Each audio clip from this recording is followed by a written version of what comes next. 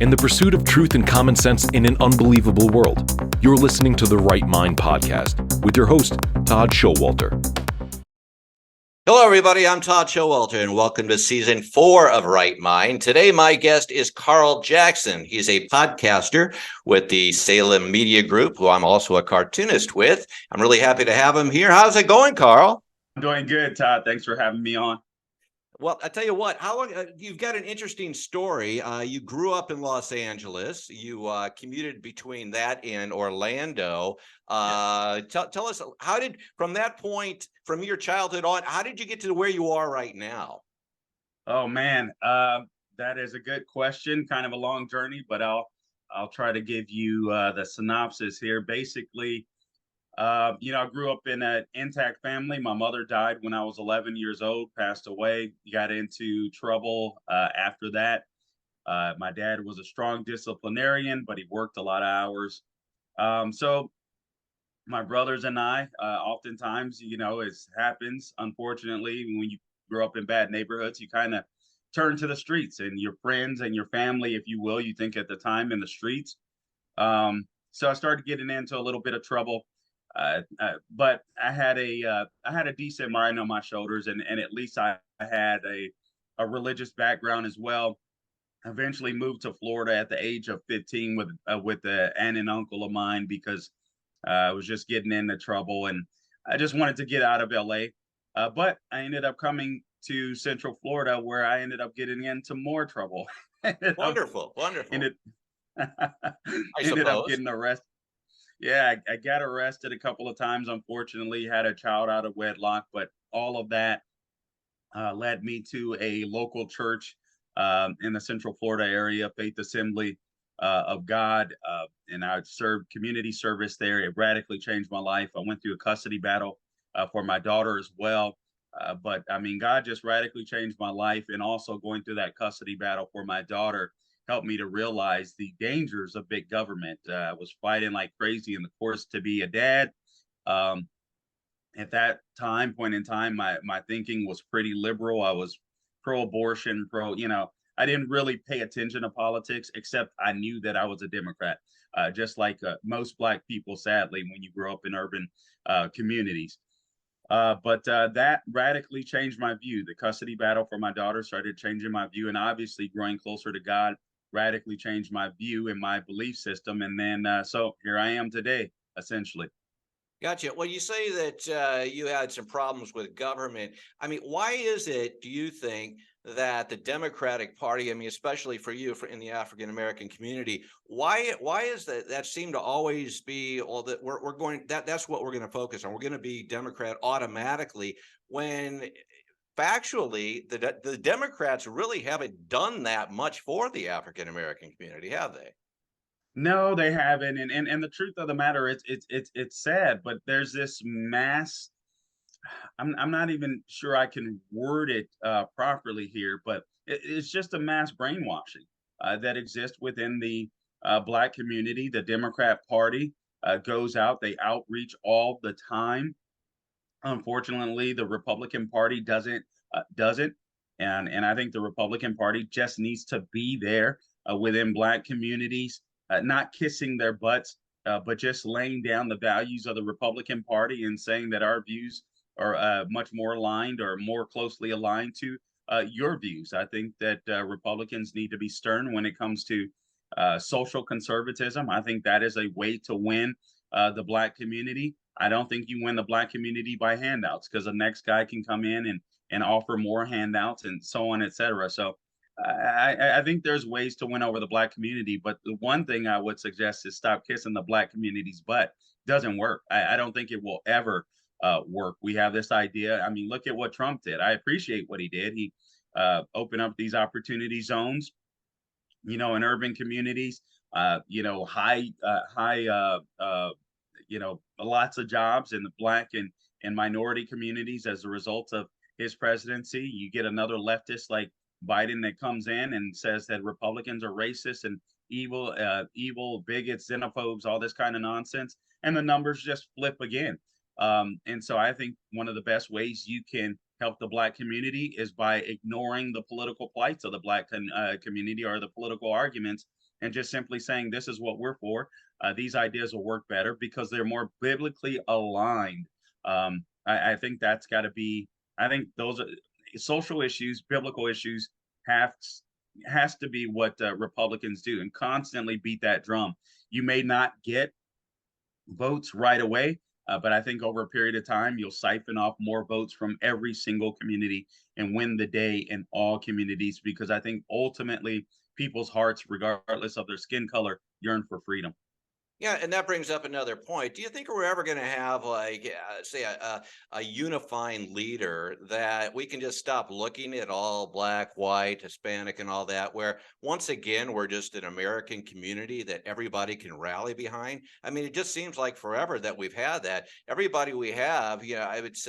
I'm a Trump supporter, but I mean, with Biden and everything is so divisive again. It seems that that's almost their agenda because I've said it before. I think if you divide people, you can conquer and control them. Yep. Are we ever going to have somebody that comes in that actually unifies us as an American whole? No, and I don't think we should look for that person either. I mean, I love Trump and I love DeSantis, but frankly, I think this is where I part ways with some of the Republican Party and some of the conservative community. Quite frankly, I want big government to be less intrusive. I think that's the way to become unifying. I want people to focus on fidelity to the Constitution, fidelity to biblical principles, our Judeo-Christian values, and I want the presidency to become less important. Frankly, I think one of the things that Barack Obama did that was quite effective, and I think people talked about it at the beginning, but no one talks about it anymore, is the fact that he was in the media all of the time. He constantly wanted his name out. He constantly, whatever it was, whether he was singing in front of some crowd, whether he was opining on Trayvon Martin or something he had no business talking about. The presidency, in my opinion, became huge under Barack Obama. And frankly, I think it was too big under Trump as well. And I think this is a danger that conservatives don't often think of. When you look at the Constitution, you go back to the our founding principles. The founders really did not want the president to have a large role to play in our Constitution and our government. That is, I mean, we are a government of, for, and by the people. And I think until we embrace that, until we get away from looking for leaders and start stepping up to the biblical demands that God has called every individual to, to do, I think we fall into a trap. So I think we have to be careful of that. I'm not looking for a leader that's going to unify the country. I do want a leader. Let me say this. Let me make this. I do want a leader that will employ principles, Todd, that I think ultimately will recreate an equal society instead of the equitable society that the left wants. If we can have a leader that will do that and just let us do our business, I think we'll be in great shape. Yeah, and you mentioned equitable. I mean, it seems that right now, though, the things that are being put in place with equity, I mean, I'm all for everybody getting their fair share, but it's taking out any form of competition either, which I think you look at capitalism and everything else that goes Yep. along with it. If you make everything the same, and whether you work or not, you're going to get the same token. What's the motivation to even work harder? I mean, to me, that seems to be one of the major factors that's really destroying America right now. Would you agree? Yeah, I absolutely agree, and I mean that's a great point. Quite frankly, I'm not for everyone's fair share. I don't know what the hell that means. Pay your fair share. What I mean, seriously, what does that mean? What is Biden's fair share? The corrupt, president in chief or commander in chief. What is his fair share of all of that stolen money that he's trying to hide from Comer and the oversight committee? What is his fair share? What is the fair share of the average businessman or middle class worker out there? What is the fair share of the rich man? They can never put a monetary amount to it because they want, or a percentage, because they want to keep taking our money. They want to keep dividing us. And frankly, if I work harder than you, um, the crumb scratchers can kiss my butt as far as I'm concerned. I don't this idea of a fair share. I wish they would define it. I absolutely have no idea what that means. And I think we need to call the left out. Call the left out on that. I for one would prefer a flat tax. Um, I really like the fair tax, but it's so hard to explain. I don't think anybody will be able to get it done. But I think Now, Republicans need to what is start. the fair tax again for those that don't know? Basically, the fair tax is an embedded tax, right? So when we pay all of, like, for instance, some products a product gets shipped into the United States, and through every single process, that product is taxed. And so every time that product is taxed, you ultimately pay that price. And it could be, I mean, the taxes could be like 150% of the value of the product, as opposed to a fair tax which would be like 23% flat tax, or fair tax, or flat tax within the production process, or something to that effect. I'm not explaining it as good as the fair tax people, but it's basically something you don't see. So by the time that it gets to the shelf, you've already, whatever that price is, you've already paid all the middlemen, all the taxes that need to be paid, and it is just the price on the shelf, instead of all of these markups that people do. And I think that would help people to thrive. It's so hard to explain. I don't think it'll get passed, but I think a straight up flat tax will work. No, I think it sounds actually very logical, but that seems to be a problem we're having right now, is that we don't live in a logical society anymore, whether it comes to mandates, COVID, the whole 9 yards. Now, you hit on something before that I found interesting that I agree with, which is the biblical aspect of things. And what right now, it seems to me that we're actually in the beginning, if not the mid stages of almost a spiritual war. Man. We've got, it's almost, I mean, we've gone past the Republicans, Democrats, liberals, conservatives. It almost seems good against evil at this point. What are your thoughts on that? It's such a good point, Todd, and I think you're absolutely right. I mean, this is a fight against good and evil. I'm tired of playing the blue team versus the red team. I even look at the debt ceiling debacle. People are asking the question, well, did Speaker McCarthy fail? Did Republicans win? And I look at it, I'm like, America lost. We're still careening. We have debt. We're we're in debt up to our eyeballs. Inflation is still soaring. Government grew 40% bigger. Imagine this, even under President Trump, and he was a great president, but because of COVID and the lockdowns, government has absolutely exploded. The deep state has exploded. You're looking at a left-wing party, the Democrat Party, that is a communist party. It is not a liberal party, and they are anti-God. And so I do think that the issues that we're facing today are literally good against evil. They're not Republican, versus Democrat, or the blue team versus the red team. And I think we have to start making that distinction. I wish more conservatives, Christians, Jews, people of faith would say it. We are fighting against an evil party, an evil people on the left. And that isn't, obviously, I'm not speaking of all Democrats or liberals. I know there's some well-meaning people on the left, but their party is evil. And I think we need to call them out for that. I mean, they're into baby sacrifice. They hate free speech. They want you to work hard so they can take more of your money, because they're the ones that are selfish and lazy. They want open borders so that poor and middle class Americans have to compete with illegal immigrants. They don't want real men fighting our wars anymore. They're destroying our energy independence, or have destroyed energy independence, the thing that has made us the wealthiest nation in the world, and quite frankly could make other nations the wealthier nations, anyway, and contribute to better lifestyle. And even third world countries, the left doesn't want those people to have the luxury of fossil fuels. They want them to buy into this global man-made global warming bull crap, so that they can continue to control, poverty or impoverished people. They're just an evil party.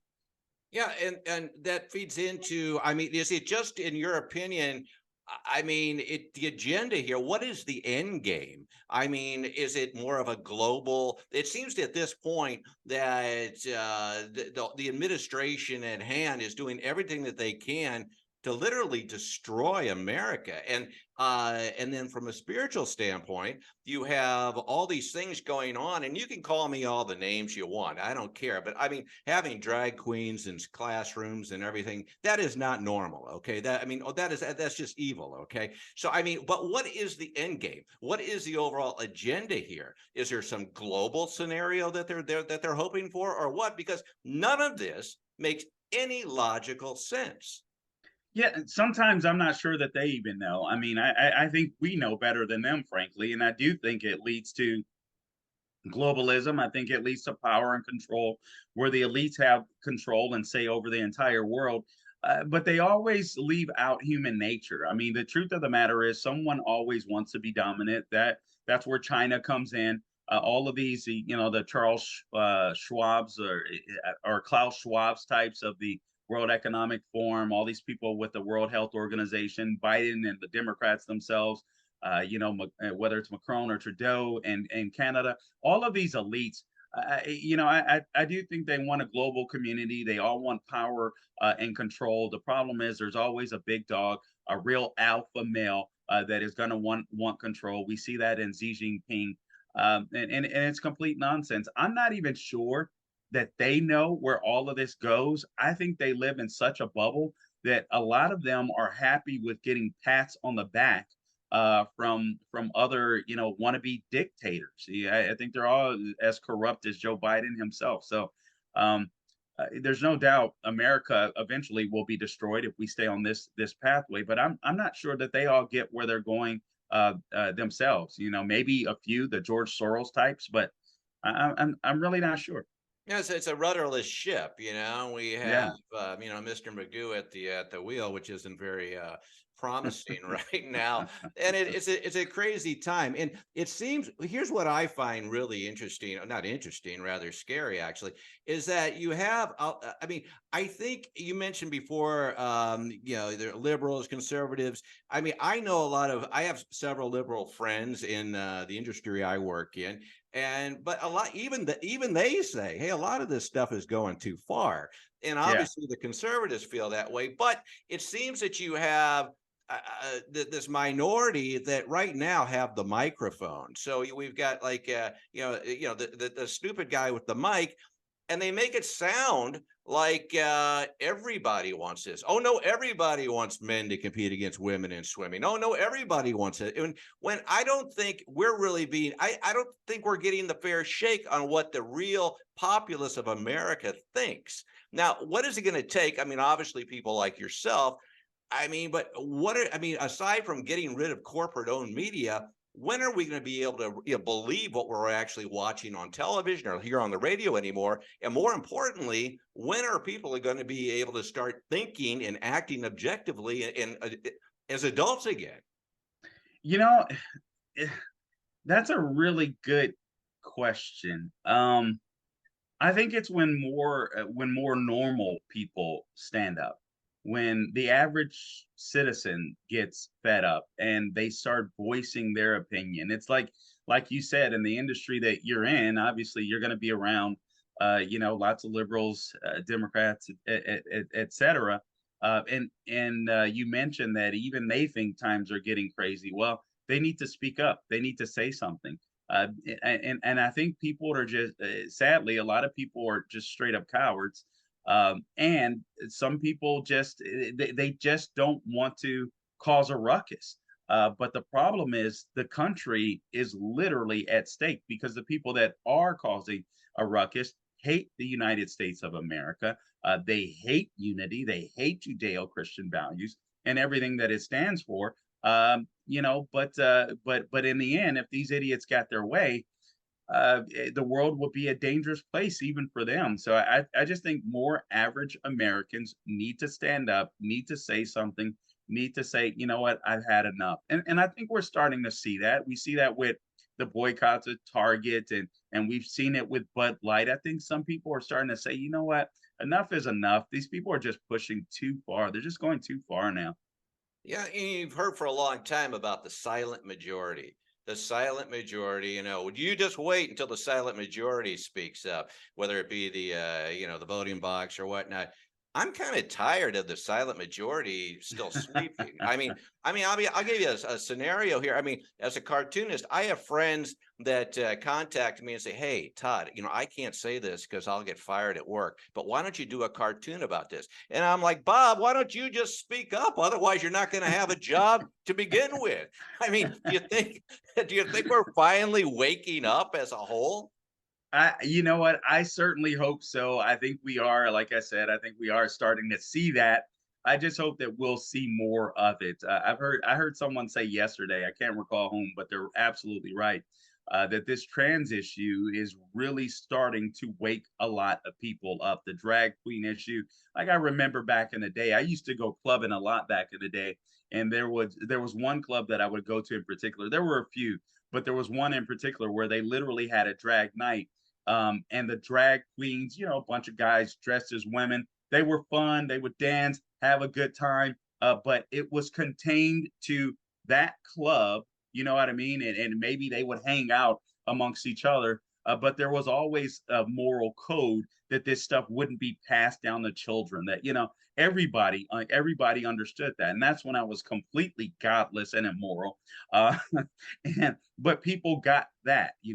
And we don't have that anymore. But I think this trans issue, the drag queen issue, like where it's just in your face all the time, and going after children. I think people are finally starting to say, whoa, whoa, whoa, whoa, whoa, what are we doing here?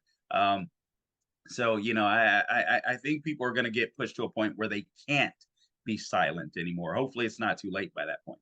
No, and I think you're right. I think, the whole crossing the line with children is a big one. But I'll be honest with you, I never thought as a conservative Christian I'd end up eventually one day being looked at as the bad guy. But the funny thing is, I still don't feel like I'm the bad guy, and I'm sure you don't either. I still think it's this ridiculous media narrative that's being thrust upon us to make everybody convinced that if you think the way we do now we're the bad guys. So again, I think it comes down to the whole way of it's being presented.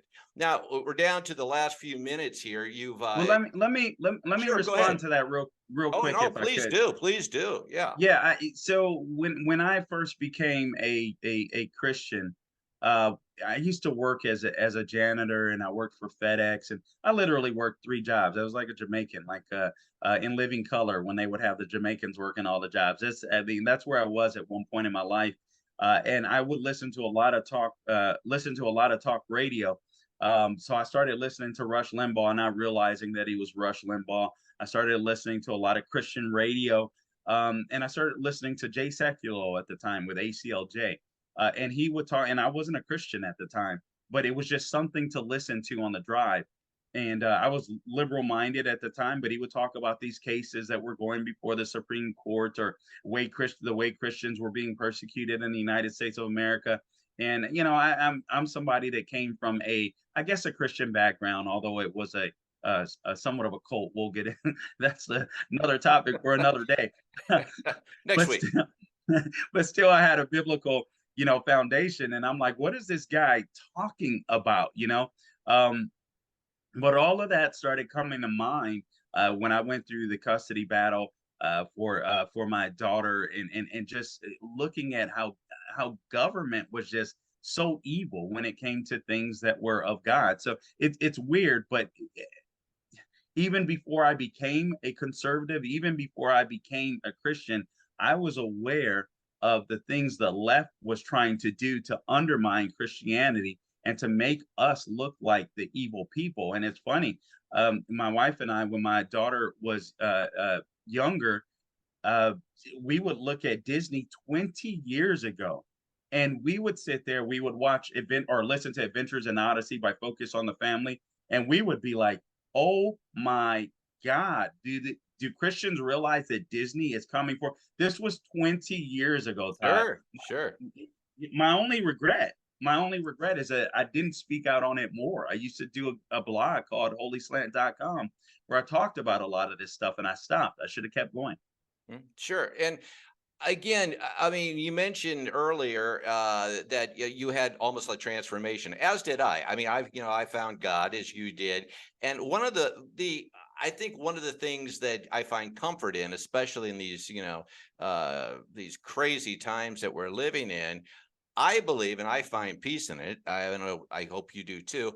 That God has a plan. I go with God's will. I mean, a lot of stuff that comes about. I hate to say this, but I like to think that God is on our side in this issue. I mean, I don't know if God picks sides, but I'm just saying I find peace. I find peace in that. And I mean, do you find anything? I mean, in all with everything going on right now, people going crazy, and all the different things happening, and dressing up like women, and you name it. Do you look around and just realize, okay, this is all kind of surface, but in the bigger picture, I mean, somebody else is in control. Yes, but I think God, who is in control, wants us to be in the fight. And I believe that what we have before us is a righteous fight.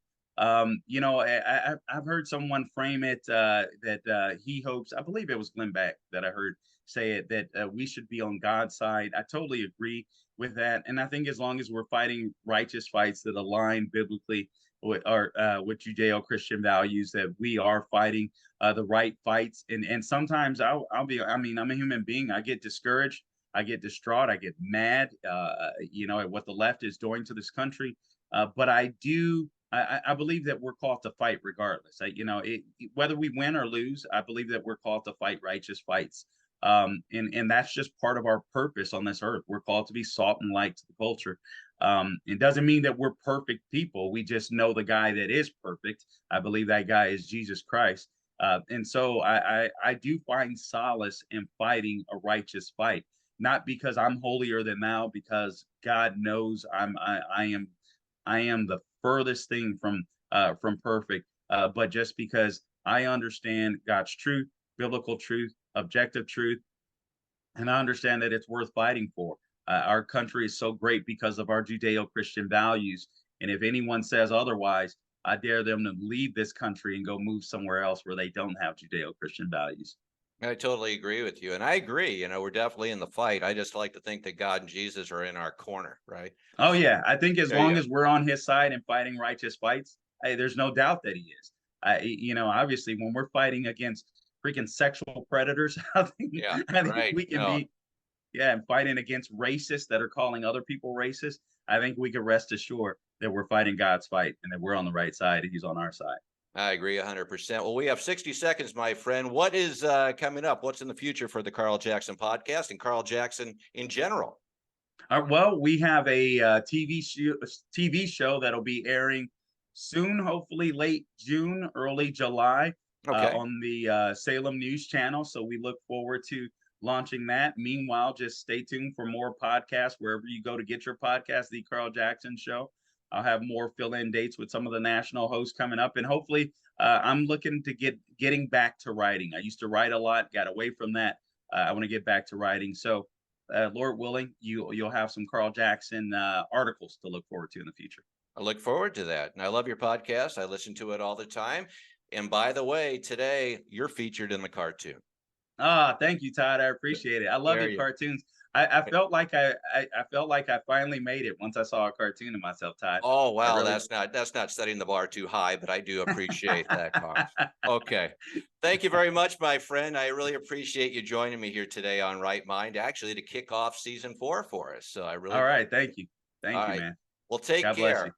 Thank you All very right. much. And thank you. And thank you for joining me. If whether you've been listening or whether you've been watching, remember, this is Right Mind, and I'm Todd Schowalter. And if you don't have a right mind, remember, you don't have a mind at all. Till next time, bye-bye. This has been the Right Mind Podcast with Todd Schowalter.